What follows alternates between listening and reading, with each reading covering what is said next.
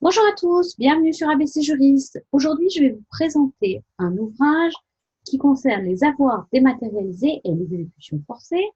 Cet ouvrage, il a été publié aux éditions Bruyant sous la direction de Marc Schmitz, qui est le président de l'Union internationale des huissiers de justice, et il a été coordonné par Patrick Guilaine, qui est huissier de justice également en Belgique et qui est conseiller du président de l'Union internationale.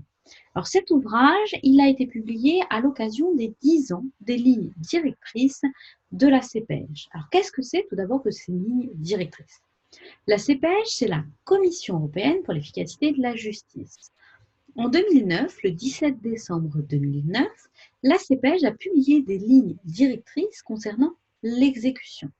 Ces lignes directrices avaient pour objectif d'assurer l'exécution des titres exécutoires dans le respect des droits fondamentaux et de faire intervenir des agents d'exécution, d'assurer l'accès aux agents d'exécution. Pour les 10 ans de ces lignes directrices, la CEPEJ et l'Union internationale des huissiers de justice, l'UIHJ, ont organisé une conférence le 4 décembre 2019 à Strasbourg et publié cet ouvrage qui est d'une très grande qualité. Alors, cet ouvrage s'intitule Avoir dématérialisé exécution forcée. Il se divise en deux parties.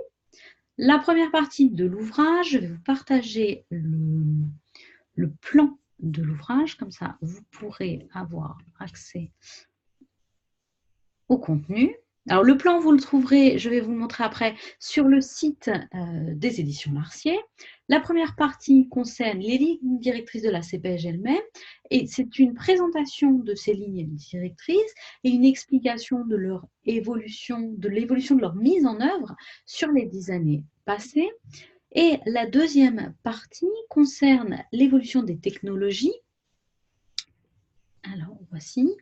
Algorithmes et exécution des décisions de justice, les nouveaux enjeux économiques et juridiques. On y parle, vous le voyez, d'intelligence artificielle, de justice prédictive, de blockchain, de big data, de contrats intelligents et de legal tech, tout ça à l'aune de l'exécution des décisions de justice. Et on y parle aussi d'avoir dématérialisé, et notamment de savoir si c'est un paradis ou non pour les débiteurs. Qu'est-ce que sont les avoirs digitaux? Qu'est-ce que le rapport avec les crypto-monnaies? Donc vous le voyez par cette présentation de la table des matières, cet ouvrage est dans plusieurs langues, en anglais et en français. On y trouve des contributions de Mathieu Chardon, de Guillaume Payan, de Nathalie Frissero, de Marc Baird, de Jos Uydenhaar.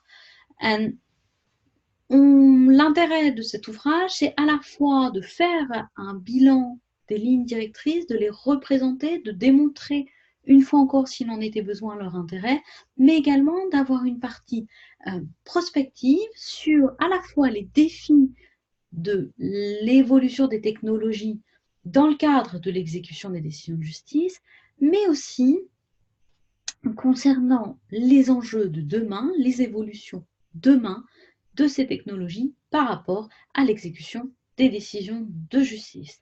Vous l'aurez compris, c'est un ouvrage que je vous recommande, que je recommande évidemment à tous ceux qui s'intéressent à l'exécution des décisions de justice. On peut penser tout d'abord aux huissiers de justice, mais pas seulement.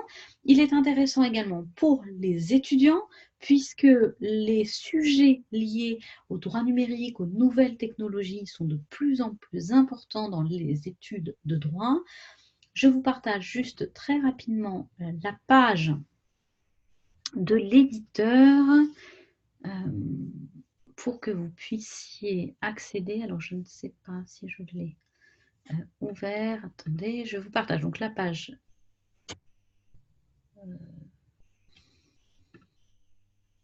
Voilà, si ça fonctionne. Voici. Donc, le livre, vous trouvez toutes les informations sur cet ouvrage sur le site des éditions Larcier et vous pouvez trouver une description de l'ouvrage ainsi que la table des matières que je vous ai présentée. Je vous rappelle que sur ABC Juris, je vous présente des décisions de justice, mais pas que, puisque je vous présente aussi des ouvrages. N'hésitez pas à me contacter si vous avez des ouvrages que vous trouvez intéressants ou si vous recherchez des ouvrages dans tel ou tel domaine. Je me ferai un plaisir de vous faire une vidéo de présentation des ouvrages intéressants, telle ou telle matière. N'hésitez pas pour me soutenir à vous abonner, à aimer mes vidéos, à les commenter et à me contacter si vous avez besoin. Je vous retrouve donc très bientôt pour une nouvelle vidéo.